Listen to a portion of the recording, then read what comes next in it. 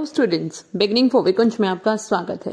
जैसा कि हम बात करने वाले हैं क्लास 10th हिस्ट्री के चैप्टर नंबर 2 ऐसे 2 के सिलेबस में के बारे में, नेशनलिज्म इन इंडिया, जिसके रिलेटेड क्या है काफी सारे पार्ट्स हम पहले डिस्कस कर चुके हैं, काफी सारे टॉपिक्स हम कवर अप कर चुके हैं। अगर आपने वो नहीं देखे तो आपको लिंक डिस्क्रिप्शन में मिल जाएंगे, आप उनको भी देखिए और इस चैप्टर को कंप्लीटली प्रिपेयर कर सकते हो।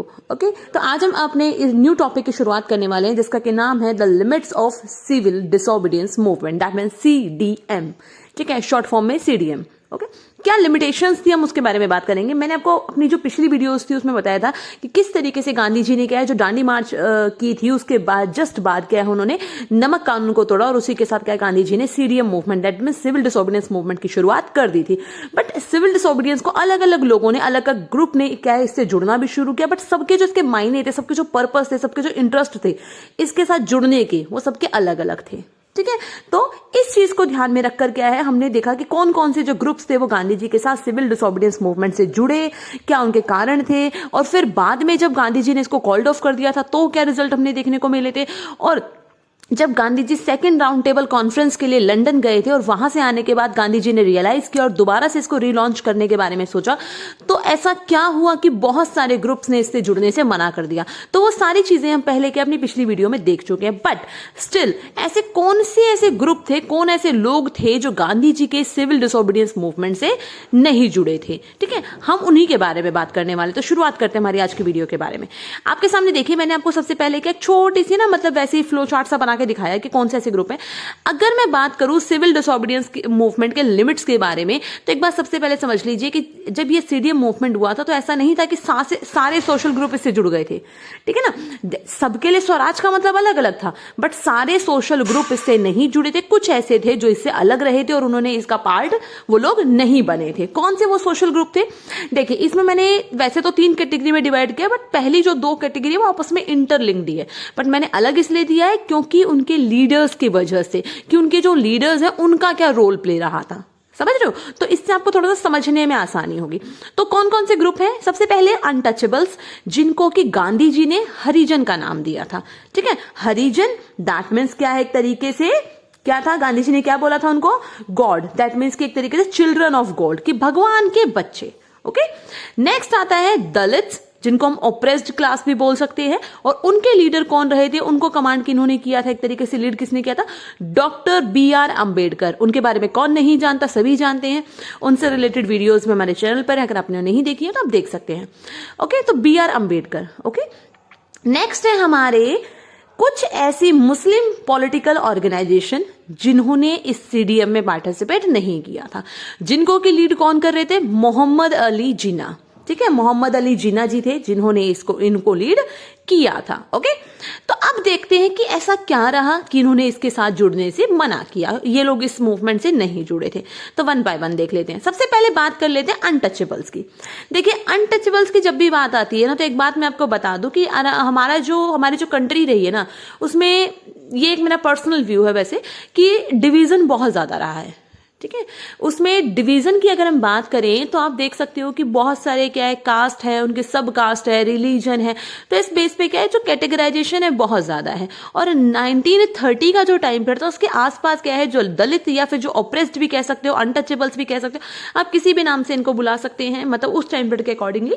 तो इन लोगों की अगर मैं बात करूं तो इन लोगों ने क्या है गांधी जी के साथ जुड़ना, दैट मीन उसके आंदोलन से जुड़ना पसंद नहीं किया। क्यों? क्योंकि उन्होंने क्या कहा, एक तरीके से उनका क्या मानना था, वो पहले से कहते थे हम तो पहले से ऑप्रेस्ड है, मतलब हमारा तो पहले से ही बहुत ज्यादा शोषण हुआ है। ठीक है, और उनका ये मानना था कि कांग्रेस तो उनको लंबे समय से इग्नोर कर रही है, कांग्रेस ने उनकी तरफ तो ध्यान कभी दिया ही नहीं। क्यों? क्योंकि कांग्रेस का अपना अलग वो था, कांग्रेस को अपना एक अलग डर था कि अगर उन्होंने उनकी तरफ ध्यान दिया तो जो बड़े बड़े जो हाई कास्ट हिंदूज है ना, ठीक है, तो वो लोग उससे एक तरीके से अलग हो जाएंगे कहीं ना कहीं। उनको ये डर था, उनको ये लगता था कि जो बड़े हाई कास्ट हिंदूज है, जिनको हम सनातन्स बोल सकते हैं, वो उनसे अलग हो जाएंगे। ये एक बहुत बड़ी प्रॉब्लम थी।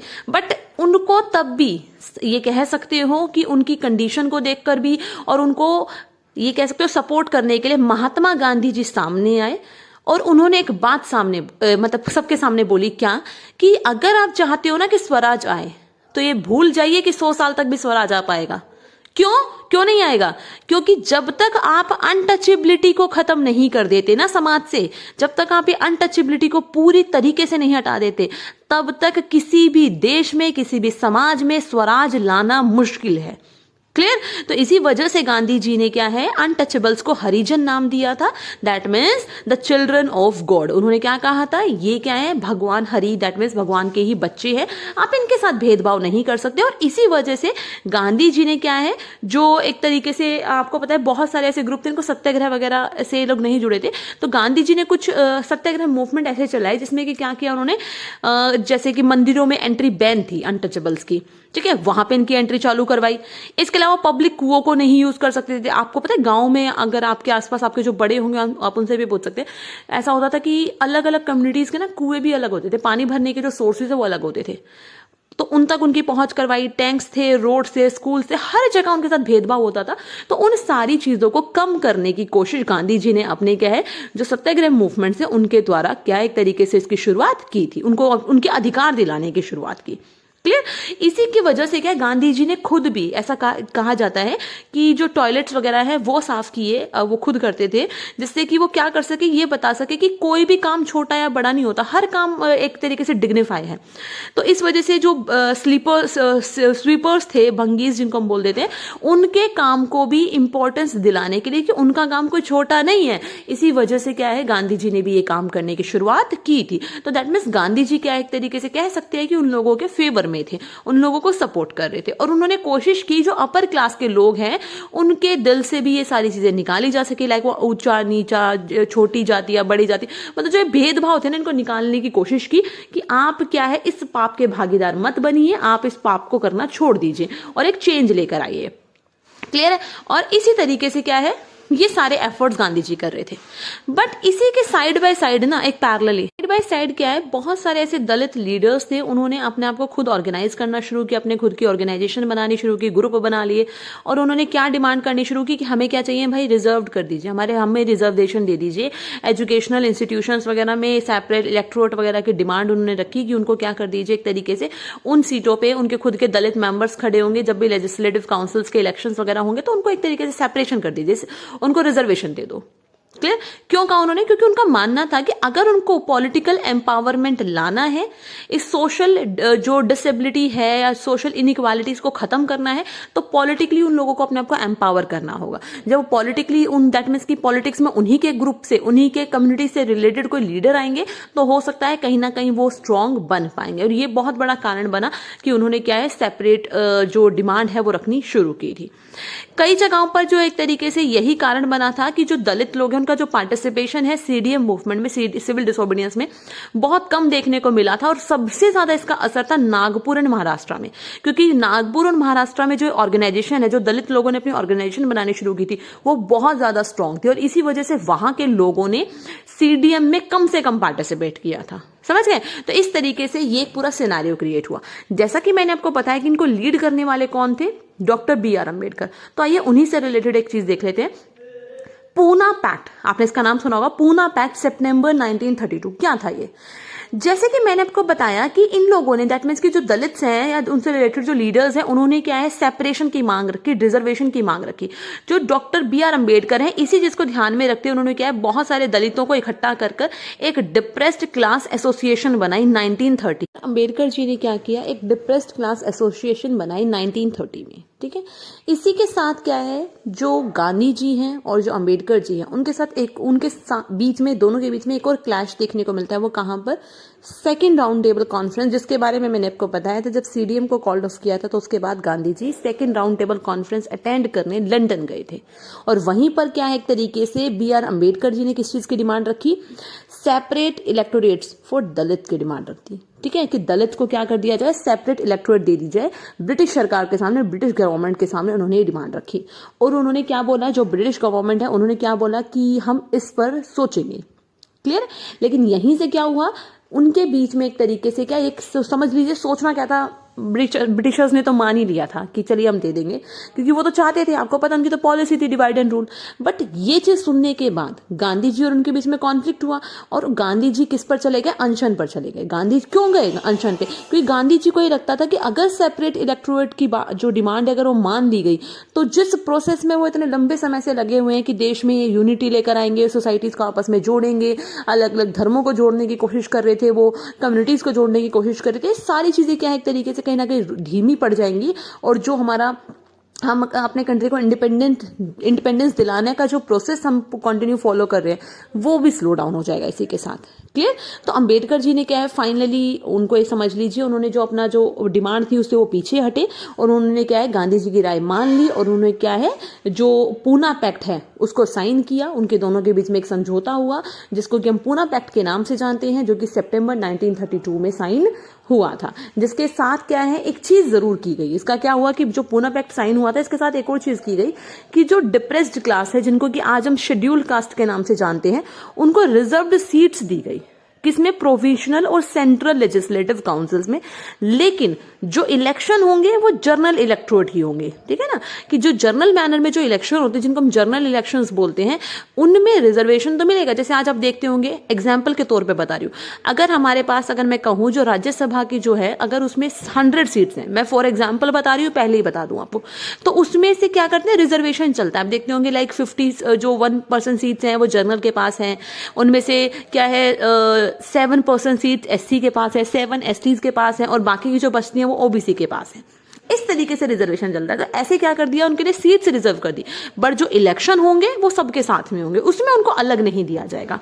ऐसा कुछ नहीं है कि वो सब बिल्कुल अलग। बट तब भी क्या है एक तरीके से जो दलित जो लोग थे, जो दलित कम्युनिटी थी, वो क्या करते थे, कांग्रेस के द्वारा जो भी नेशनल मूवमेंट चलाए जा रहे थे ना, उनको एक शक की नजर से देखते थे। क्योंकि देखो कभी भी ना ट्रस्ट उनके बीच में मेंटेन नहीं हो पाया, क्योंकि उनको लगता था कि कांग्रेस तो हम लोगों को कभी फेवर करेगी ही नहीं ना, उनके लिए तो कभी उन्होंने कुछ काम किया ही नहीं, तो इस वजह से वो ट्रस्ट नहीं बिल्डअप हो पाया था। ठीक है, तो इस तरीके से ये पूना पैक्ट हुआ था। अब बात करते हैं हमारे नेक्स्ट ग्रुप के बारे में, जिन्होंने क्या है सीडीएम में पार्टिसिपेट नहीं किया था। वो कौन से थे? मुस्लिम पॉलिटिकल ऑर्गेनाइजेशन थी हमारे इंडिया में, जिनका अगर बहुत हल्का फुल्का रिस्पॉन्स रहा था सीडीएम को लेकर, और बहुत कम लोग थे जिन्होंने इसमें पार्टिसिपेट किया था। बट अगर आप देखो तो जो नॉन कोऑपरेशन खिलाफत मूवमेंट था उसमें क्या है काफी सारे लोगों ने फिर भी पार्टिसिपेट किया था। बट उसके बाद से उन लोगों को लगा कि हम लोगों को तो अलग समझ के रखा हुआ है कांग्रेस ने, हमें तो बिल्कुल अलग कहते हैं ना एक तरीके से अलाइन करके रख दिया है, साइड लाइन करके रखा हुआ है, बिल्कुल कांग्रेस ने हमें क्या है काट के रख दिया है अपने आप से। तो इस वजह से क्या है उन्होंने आगे सीडीएम में पार्टिसिपेट नहीं किया। और मिड 1920 में क्या है ऐसा उन लोगों को और ज्यादा लगा कि जो कांग्रेस है वो ओपनली क्या कर रही है, एक particular religion like Hindu religion को ही सपोर्ट कर रही है, और वो उसी से बनी हुई एक पार्टी है, हिंदू पार्टी। क्यों? क्योंकि उस टाइम पीरियड पे क्या है काफी सारे जो नेशनलिस्ट थे ना, उसमें क्या है काफी सारे जो लीडर्स थे वो क्या कर रहे थे एक तरीके से किससे जुड़े हुए थे, कहीं ना कहीं वो किससे बिलोंग करते थे, हिंदू महासभा से।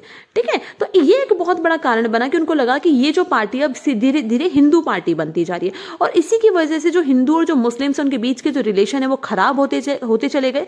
और कई जगहों पर क्या है ऐसा देखा गया कि उनके बीच में सिचुएशन इतनी खराब हुई कि कई जगहों पे राइट्स वगैरह दंगे हो गए, कई जगहों पे जुलूस निकाले जाने लगे, और सिचुएशन बहुत ज्यादा खराब हो गई थी, जिसकी वजह से क्या है जो उनके बीच का जो डिफरेंस था ना, जो खाई थी कह सकते हो, वो और ज्यादा गहरी हो गई, और दोनों कम्युनिटीज के बीच में जो डिस्टेंस है वो बढ़ता ही चला गया।